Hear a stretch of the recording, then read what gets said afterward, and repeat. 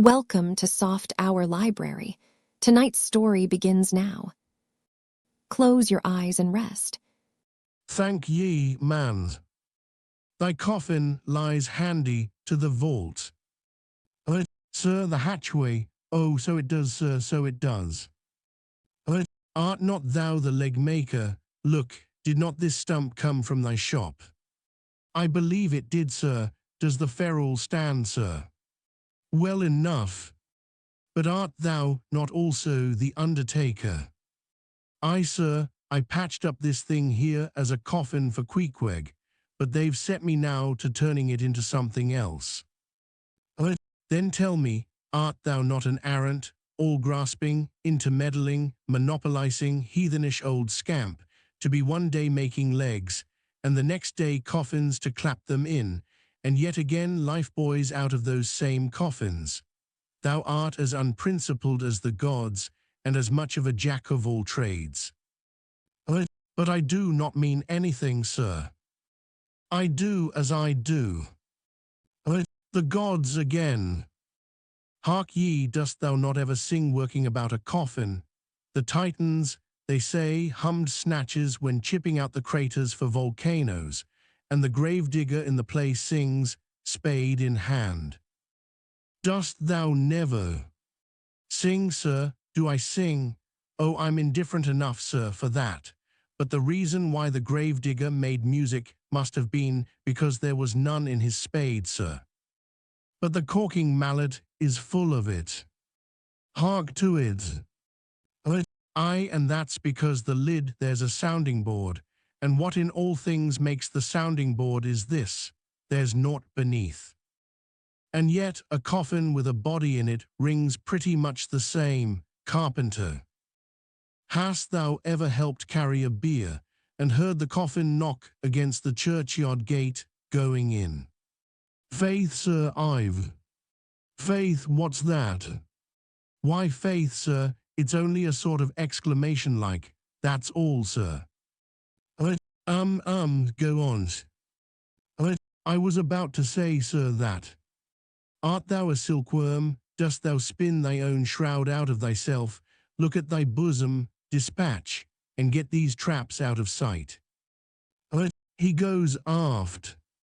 That was sudden now, but squalls come sudden in hot latitudes.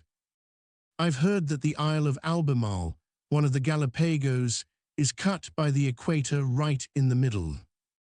Seems to me some sort of equator cuts yon old man, too, right in his middle. He's always under the line, fiery hot, I tell ye. He's looking this way, come, Oakham, quick. Here we go again. This wooden mallet is the cork, and I'm the professor of musical glasses, tap, tap. Ahab to himself. There's a sight, there's a sound, the grey-headed woodpecker tapping the hollow tree, blind and dumb, might well be envied now. See, that thing rests on 2 line tubs, full of tow lines. A most malicious wag, that fellow. Rat-tat, so man's seconds tick. Oh, how immaterial are all materials. What things real are there, but imponderable thoughts. Here now's the very dreaded symbol of grim death, by a mere hap, made the expressive sign of the help and hope of most endangered life. A lifebuoy of a coffin, does it go further? Can it be that in some spiritual sense the coffin is, after all, but an immortality preserver? I'll think of that. But no. So far gone am I in the dark side of earth, that its other side, the theoretic bright one, seems but uncertain twilight to me. Will ye never have done, carpenter, with that accursed sound? I go below, let me not see that thing here when I return again. Now then, Pip, we'll talk this over. I do suck most wondrous philosophies from thee. Some unknown conduits from the unknown worlds must empty into thee. Chapter 128. The Pequod meets the Rachel.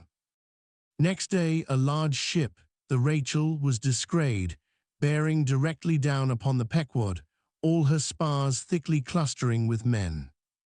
At the time the Pequod was making good speed through the water, but as the broad-winged windward stranger shot nigh to her, the boastful sails all fell together as blank bladders that are burst, and all life fled from the smitten hull. "Bad news, she brings bad news," muttered the old Manxman. But ere her commander, who with trumpet to mouth stood up in his boat, ere he could hopefully hail, Ahab's voice was heard. "Hast seen the white whale?"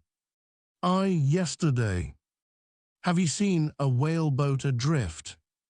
Throttling his joy, Ahab negatively answered this unexpected question, and would then have fain boarded the stranger, when the stranger captain himself, having stopped his vessel's way, was seen descending her side. A few keen pulls, and his boat-hook soon clinched the Pequod's main chains, and he sprang to the deck. Immediately he was recognized by Ahab for a Nantucketer he knew. But no formal salutation was exchanged. "Where was he? Not killed, not killed," cried Ahab, closely advancing. "How was it?" It seemed that somewhat late on the afternoon of the day previous, while three of the strangers' boats were engaged with a shoal of whales, which had led them some 4 or 5 miles from the ship, and while they were yet in swift chase to windward, the white hump and head of Moby-Dick had suddenly loomed up out of the water, not very far to leeward, whereupon the fourth rigged boat, a reserved one, had been instantly lowered in chase.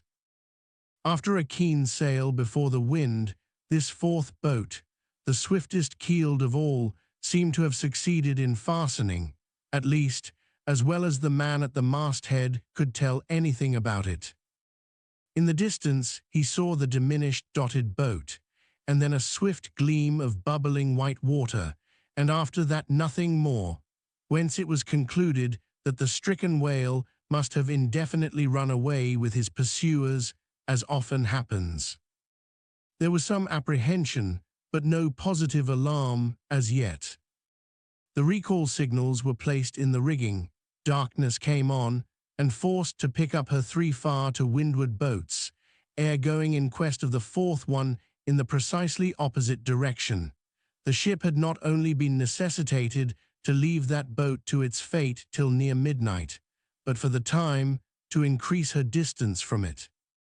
But the rest of her crew being at last safe aboard, she crowded all sail, stunsail on stunsail, after the missing boat, kindling a fire in her trypots for a beacon, and every other man aloft on the lookout.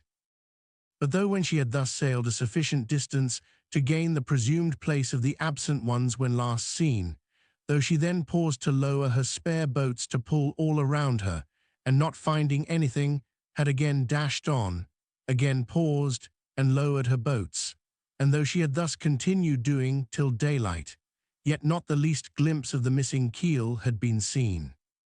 The story told, the stranger captain immediately went on to reveal his object in boarding the Pequod. He desired that ship to unite with his own in the search, by sailing over the sea some 4 or 5 miles apart, on parallel lines, and so sweeping a double horizon, as it were. "I will wager something now," whispered Stubb to Flask, "that someone in that missing boat wore off that captain's best coat, mayhap his watch, he's so cursed anxious to get it back." Who ever heard of 2 pious whale ships cruising after one missing whaleboat in the height of the whaling season? See, Flask, only see how pale he looks, pale in the very buttons of his eyes. Look, it wasn't the coat, it must have been the... My boy, my own boy, is among them. "For God's sake, I beg, I conjure," here exclaimed the stranger captain to Ahab, who thus far had but icily received his petition. "For 48 hours let me charter your ship. I will gladly pay for it, and roundly pay for it, if there be no other way, for 48 hours only that you must, oh you must, and you shall do this thing." "Oh, his son," cried Stubb. "Oh, it's his son he's lost. I take back the coat and watch. What says Ahab? We must save that boy." "Oh, He's drowned with the rest on 'em last night, said the old Manx sailor standing behind them. I heard, all of ye heard their spirits.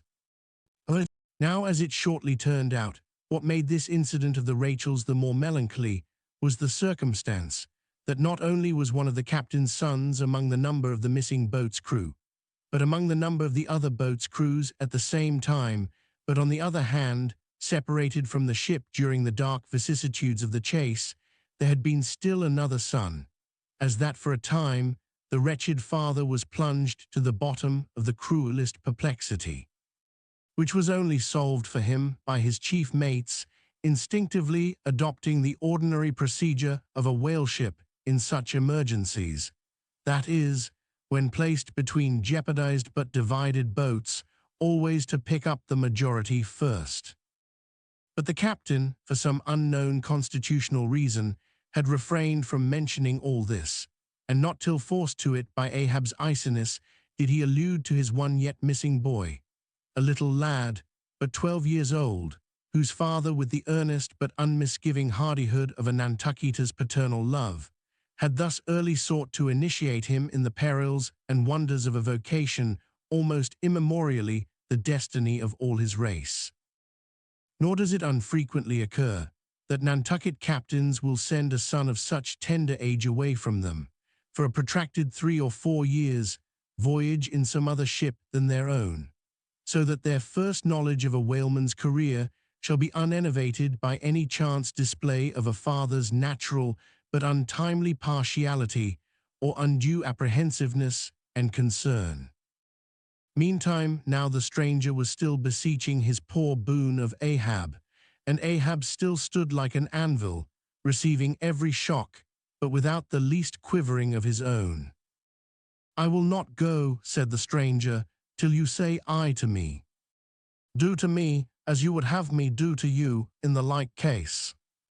For you too have a boy, Captain Ahab, though but a child, and nestling safely at home now, a child of your old age too. Yes, yes, you relent.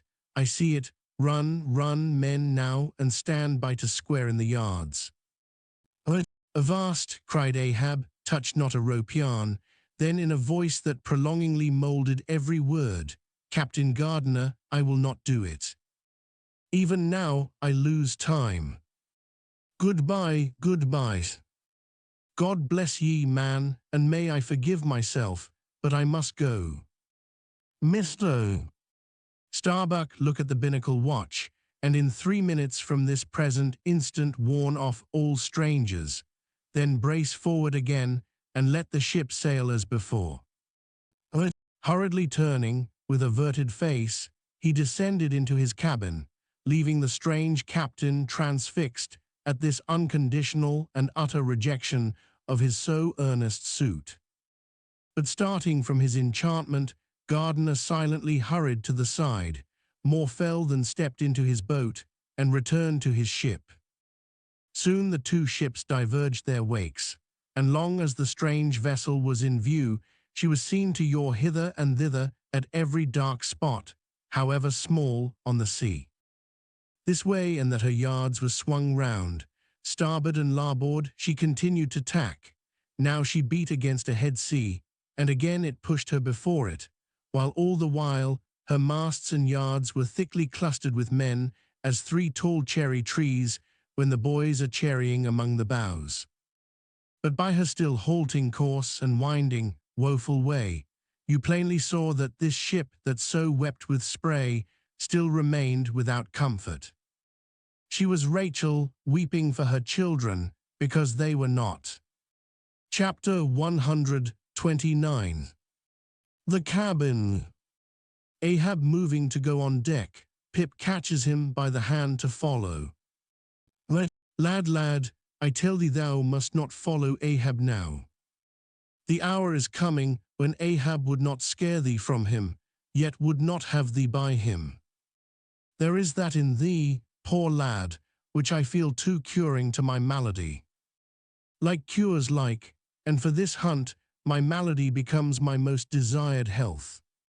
Do thou abide below here, where they shall serve thee, as if thou wert the captain.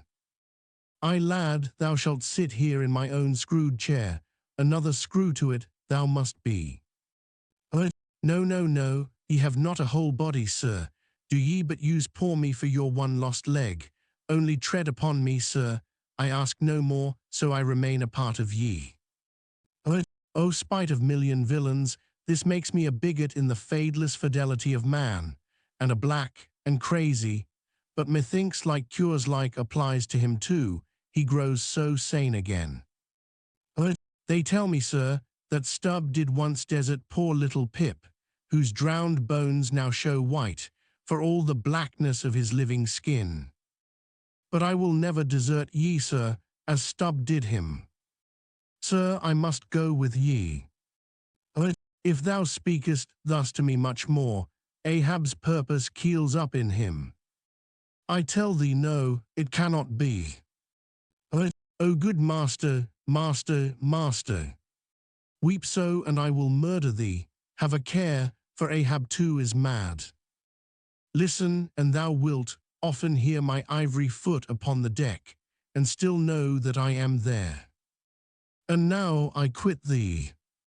Thy hand met, true art thou, lad, as the circumference to its centre. So God for ever bless thee, and if it come to that, God for ever save thee, let what will befall. Ahab goes, Pip steps one step forward. Here he this instant stood, I stand in his ear, but I'm alone. Now were even poor Pip here I could endure it, but he's missing. Pip, Pip, ding, dong, ding, who's seen Pip? He must be up here, let's try the door. What, neither lock nor bolt nor bar, and yet there's no opening it. It must be the spell, he told me to stay here, aye, and told me this screwed chair was mine. Here then I'll seat me, against the transom, in the ship's full middle, all her keel and her 3 masts before me. Here our old sailors say, in their black 74s, great admirals sometimes sit at table, and lord it over rows of captains and lieutenants. Ah, what's this? Epaulets, epaulets, the epaulets all come crowding, pass round the decanters, glad to see ye, fill up, messieurs. What an odd feeling now when a black boys host to white men with gold lace upon their coats. Messieurs, have ye seen one Pip, a little negro lad 5 feet high, hangdog look and cowardly, jumped from a whaleboat once, seen him? No. Well then, fill up again, captains, and let's drink shame upon all cowards, I name no names. Shame upon them, put 1 foot upon the table. Shame upon all cowards. Hist, above there I hear ivory, O master, master, I am indeed downhearted when you walk over me. But here I'll stay, though this stern strikes rocks, and they bulge through, and oysters come to join me. Chapter 130. The Hat. And now that at the proper time and place, after so long and wide a preliminary cruise, Ahab, all other wailing waters swept, seemed to have chased his foe into an ocean fold, to slay him the more securely there, now that he found himself hard by the very latitude and longitude where his tormenting wound had been inflicted. Now that a vessel had been spoken which on the very day preceding had actually encountered Moby-Dick, and now that all his successive meetings with various ships contrastingly concurred to show the demoniac indifference with which the white whale tore his hunters, whether sinning or sinned against. Now it was that there lurked a something in the old man's eyes, which it was hardly sufferable for feeble souls to see. As the unsetting polar star, which through the livelong Arctic 6 months night sustains its piercing, steady, central gaze, so Ahab's purpose now fixedly gleamed down upon the constant midnight of the gloomy crew. It domineered above them so that all their bodings, doubts, misgivings, fears were fain to hide beneath their souls, and not sprout forth a single spear or leaf. In this foreshadowing interval, too, all humour, forced or natural, vanished. Stubb no more strove to raise a smile, Starbuck no more strove to check one. Alike joy and sorrow, hope and fear, seemed ground to finest dust, and powdered for the time in the clamped mortar of Ahab's iron soul. Like machines, they dumbly moved about the deck, ever conscious that the old man's despot eye was on them. But did you deeply scan him in his more secret confidential hours, when he thought no glance but one was on him? Then you would have seen that even as Ahab's eyes so awed the crews, the inscrutable Parsee's glance awed his, or somehow, at least, in some wild way, at times affected it. Such an added, gliding strangeness began to invest the thin Fedallah now. Such ceaseless shudderings shook him, that the men looked dubious at him, half uncertain, as it seemed, whether indeed he were a mortal substance, or else a tremulous shadow cast upon the deck by some unseen being's body. And that shadow was always hovering there. For not by night, even, had Fedallah ever certainly been known to slumber or go below. He would stand still for hours, but never sat or leaned. His one but wondrous eyes did plainly say, "We two watchmen never rest."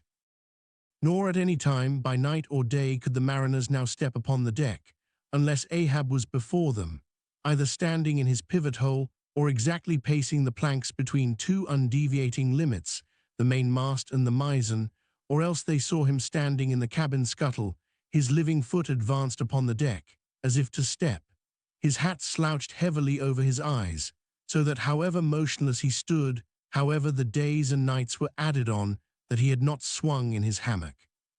Yet hidden beneath that slouching hat, they could never tell unerringly whether, for all this, his eyes were really closed at times, or whether he was still intently scanning them.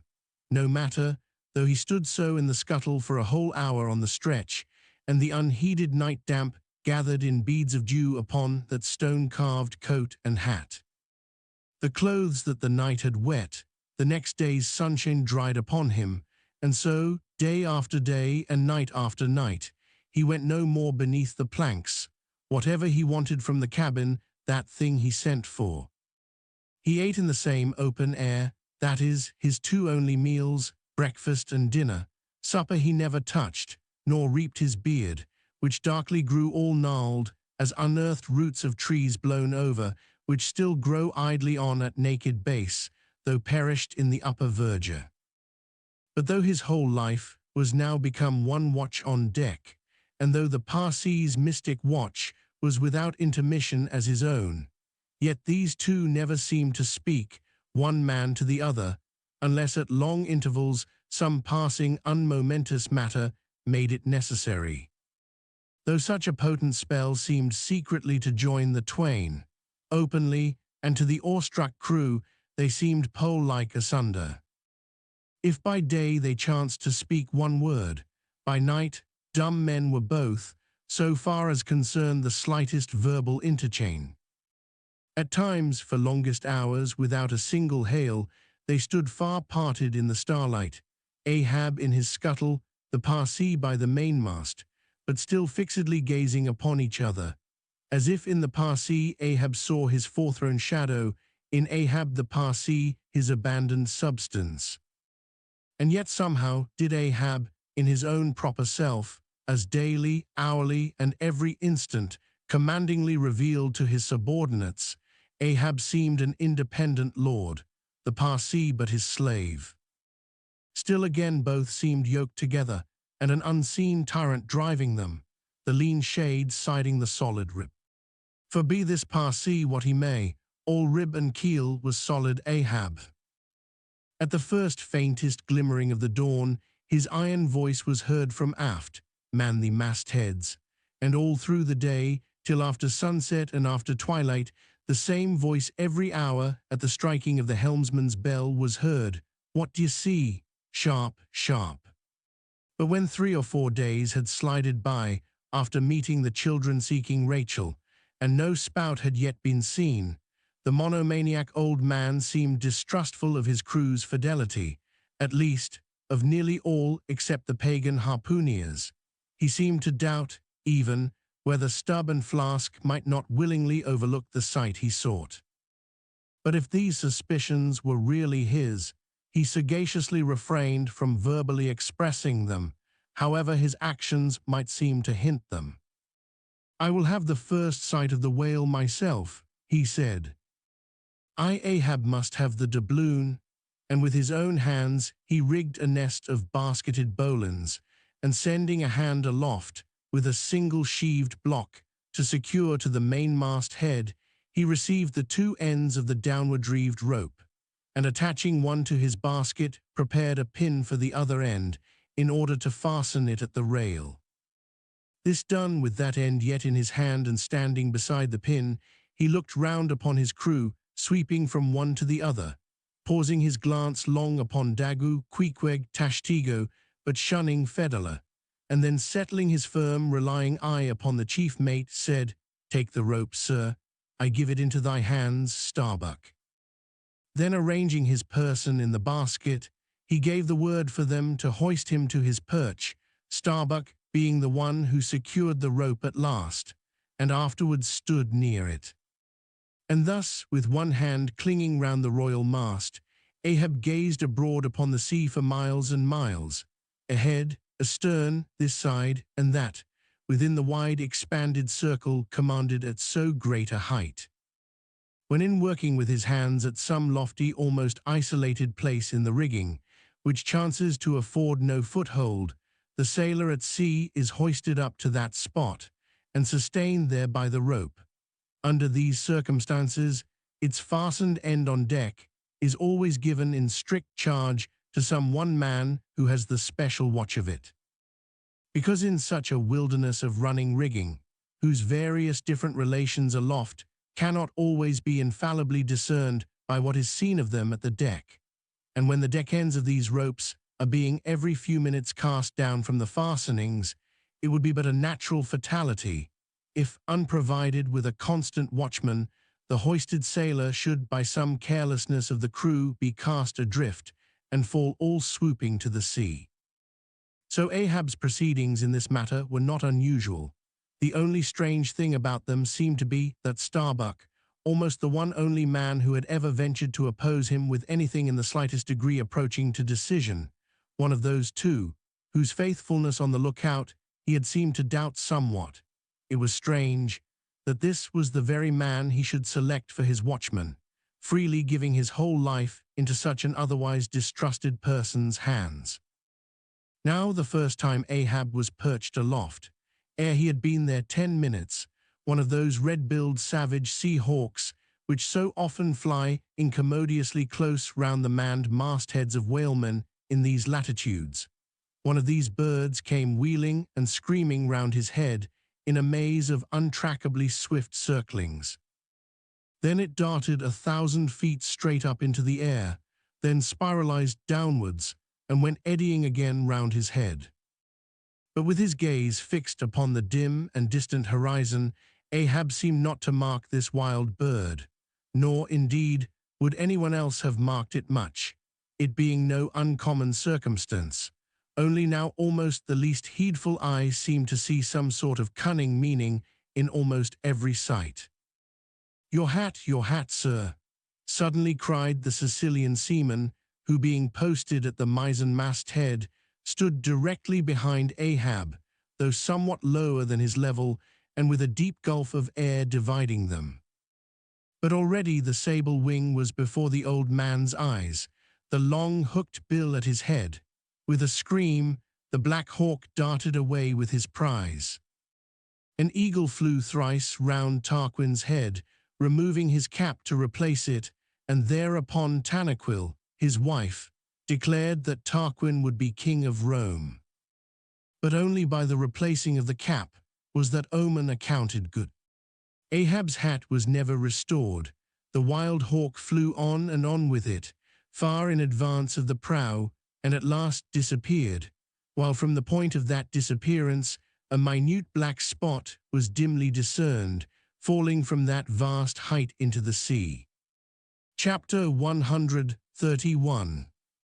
The Pequod Meets the Delight. The intense Pequod sailed on, the rolling waves and days went by, the lifebuoy coffin still lightly swung, and another ship, most miserably misnamed the Delight, was disgrayed.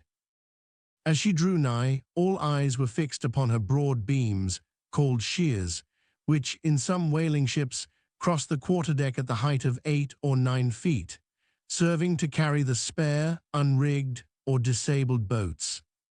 Upon the stranger's shears were beheld the shattered, white ribs and some few splintered planks of what had once been a whaleboat, but you now saw through this wreck as plainly as you see through the peeled, half unhinged, and bleaching skeleton of a horse. "Hast seen the white whale?" "Look," replied the hollow-cheeked captain from his taffrail, and with his trumpet he pointed to the wreck. "Hast killed him?" "The harpoon is not yet forged that ever will do that," answered the other, sadly glancing upon a rounded hammock on the deck, whose gathered sides some noiseless sailors were busy in sewing together. "Not forged," and snatching Perth's levelled iron from the crotch, Ahab held it out, exclaiming, "Look ye, Nantucketer, here in this hand I hold his death, tempered in blood, and tempered by lightning are these barbs, and I swear to temper them triply in that hot place behind the fin, where the white whale most feels his accursed life.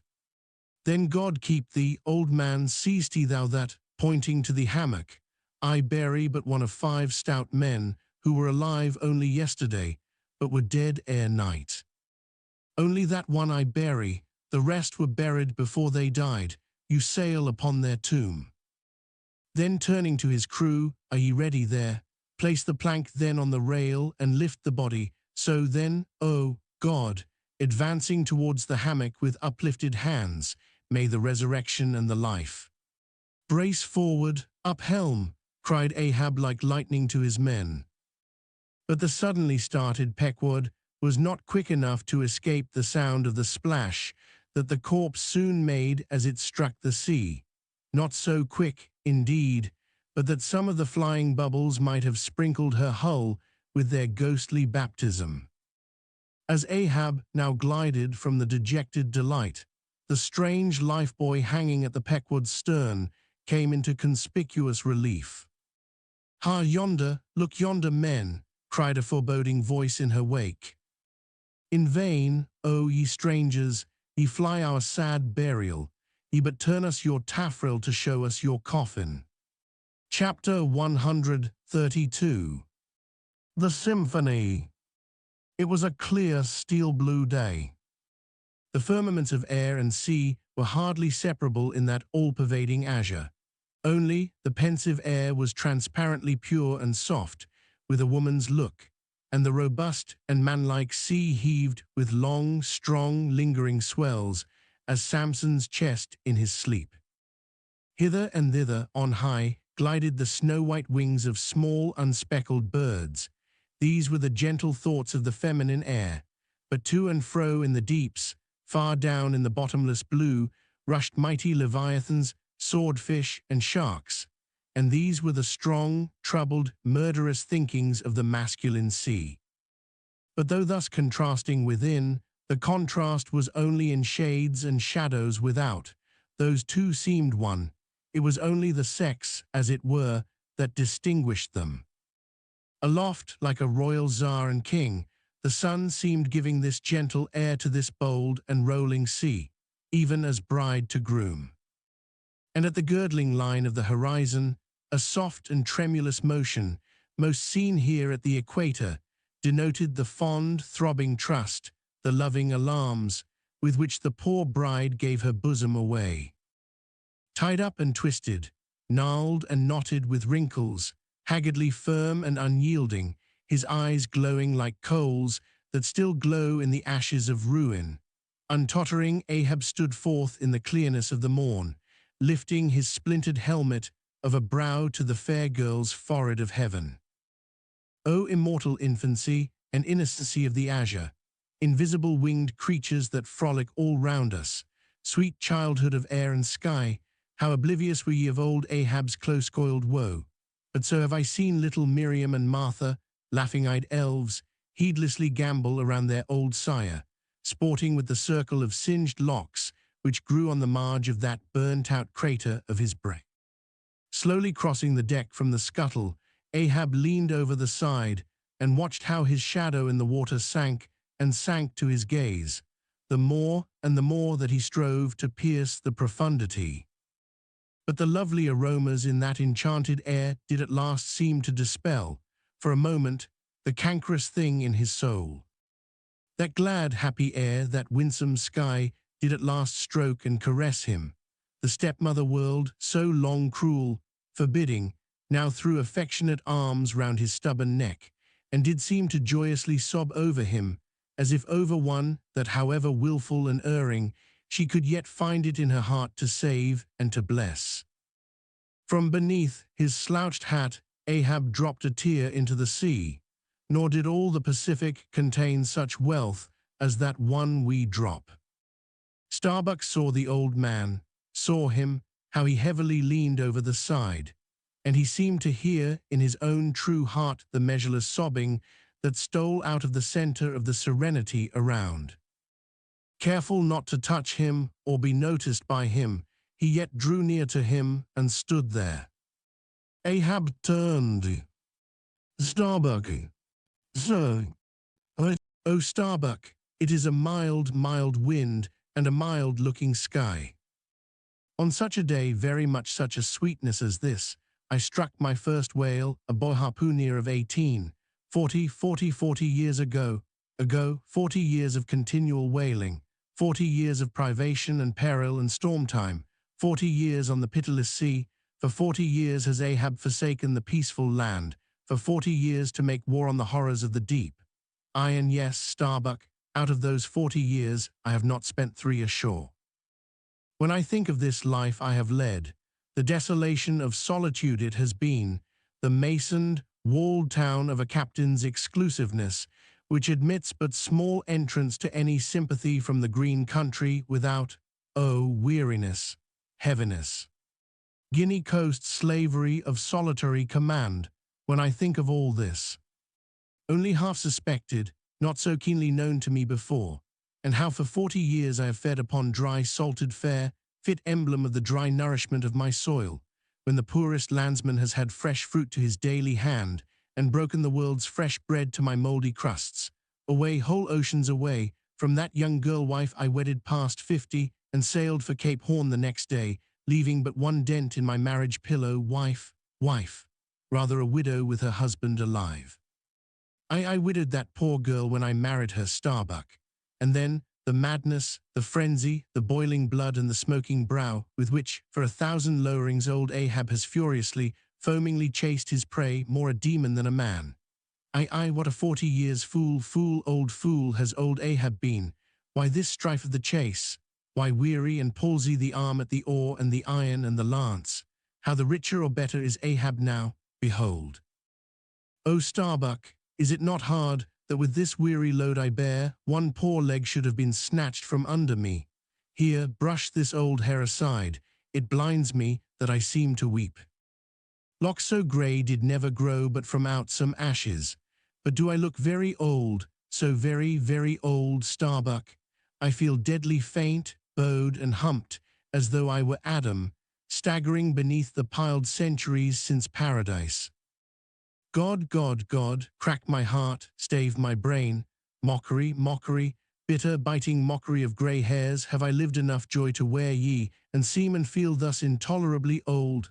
Close, stand close to me, Starbuck, let me look into a human eye, it is better than to gaze into sea or sky, better than to gaze upon God. By the green land, by the bright hearthstone, this is the magic glass, man, I see my wife and my child in thine eye. No, stay on board, lo, and not when I do, when branded Ahab gives chase to Moby-Dick. That hazard shall not be thine. No, not with the faraway home I see in that eye.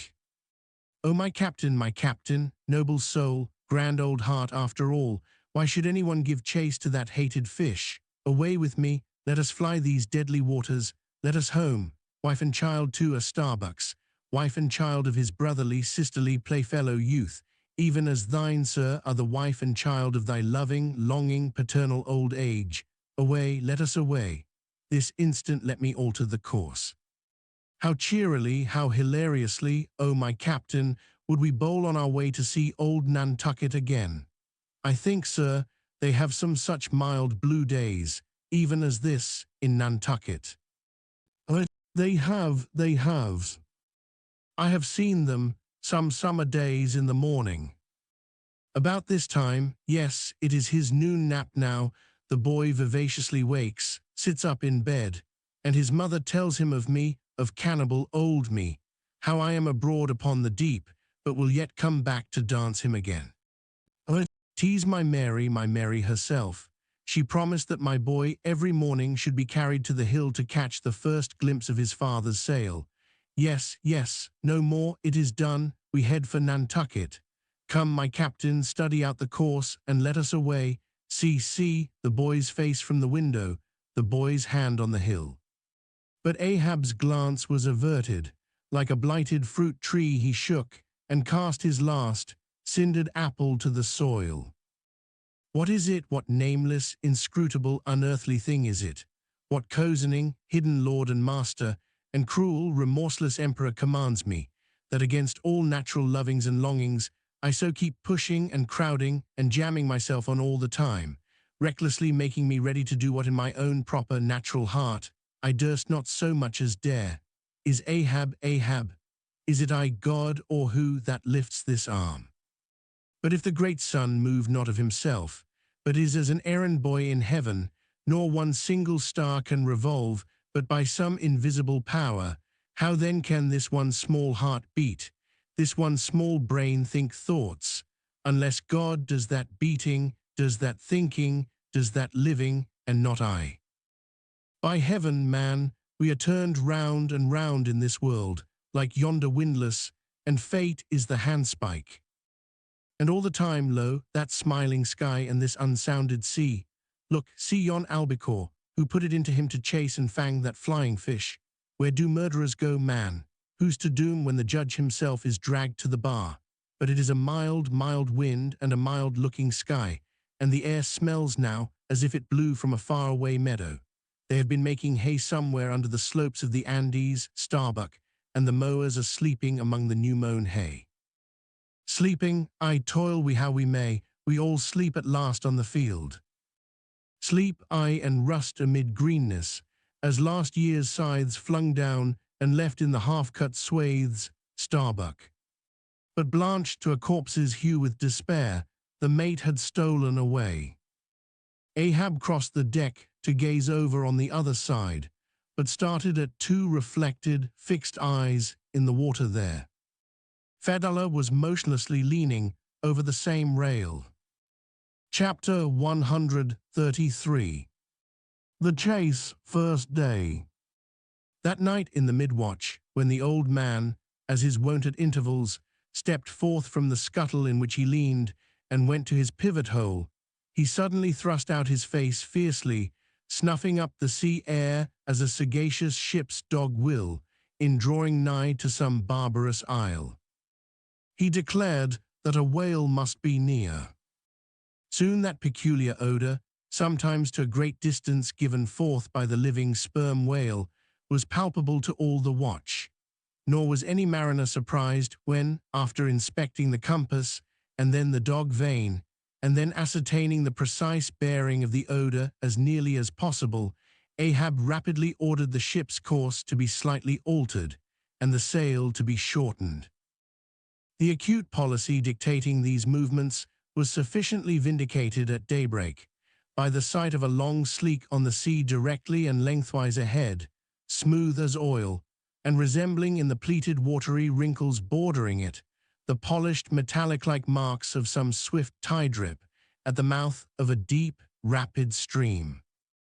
Man the mastheads, call all hands. Thundering with the butts of 3 clubbed handspikes on the forecastle deck, Daggoo roused the sleepers with such judgment claps that they seemed to exhale from the scuttle, so instantaneously did they appear with their clothes in their hands. "What do you see?" cried Ahab, flattening his face to the sky. Nothing, sir," was the sound hailing down in reply. "T-gallant sails, stunsails, alow and aloft and on both sides. All sail being set, he now cast loose the lifeline, reserved for swaying him to the main royal mast head, and in a few moments they were hoisting him thither, when, while but 2/3 of the way aloft, and while peering ahead through the horizontal vacancy between the main topsail and topgallant sail, he raised a gull-like cry in the air. There she blows, a hump like a snow-hill, it is Moby-Dick. Fired by the cry, which seemed simultaneously taken up by the 3 lookouts, the men on deck rushed to the rigging to behold the famous whale they had so long been pursuing. Ahab had now gained his final perch, some feet above the other lookouts, Tashtego standing just beneath him on the cap of the topgallant mast, so that the Indian's head was almost on a level with Ahab's heel. From this height, the whale was now seen some mile or so ahead, at every roll of the sea revealing his high sparkling hump, and regularly jetting his silent spout into the air. To the credulous mariners, it seemed the same silent spout they had so long ago beheld in the moonlit Atlantic and Indian Oceans. "And did none of ye see it before?" cried Ahab, hailing the perched men all around him. "I saw him almost that same instant, sir, that Captain Ahab did, and I cried out," said Tashtego. "Not the same instant, not the same. No, the doubloon is mine. Fate reserved the doubloon for me. I only, none of ye could have raised the white whale first.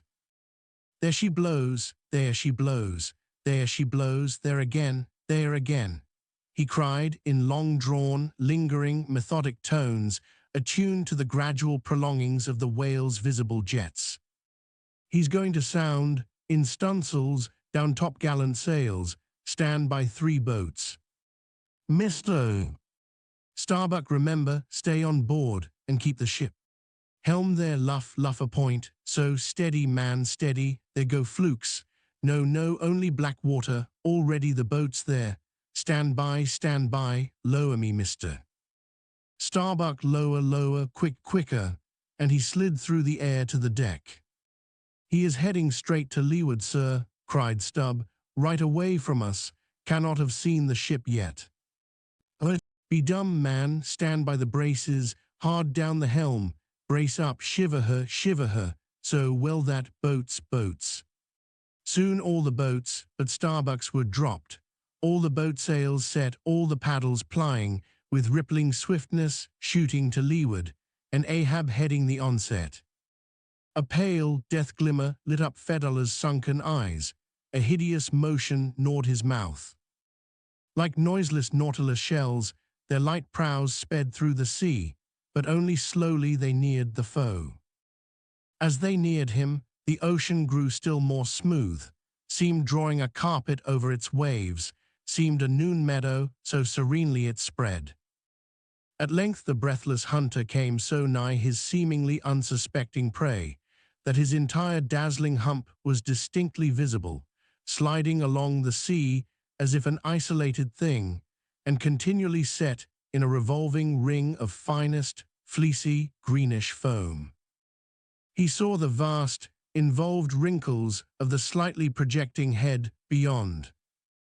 Before it, far out on the soft, Turkish-rugged waters, went the glistening white shadow from his broad, milky forehead, a musical rippling playfully accompanying the shade, and behind, the blue waters interchangeably flowed over into the moving valley of his steady wake, and on either hand bright bubbles arose and danced by his side. But these were broken again by the light toes of hundreds of gay fowls softly feathering the sea, alternate with their fitful flight, and like to some flagstaff rising from the painted hull of an argosy, the tall but shattered pole of a recent lance projected from the white whale's back, and at intervals one of the cloud of soft-toed fowls hovering, and to and fro skimming like a canopy over the fish, silently perched and rocked on this pole, the long tail feathers streaming like pennons. A gentle joyousness, a mighty mildness of repose in swiftness, invested the gliding whale. Not the white bull Jupiter swimming away with ravished Europa clinging to his graceful horns. his lovely, leering eyes sideways intent upon the maid, with smooth, bewitching fleetness, rippling straight for the nuptial bower in Crete. Not Jove, not that great majesty supreme, did surpass the glorified white whale as he so divinely swam.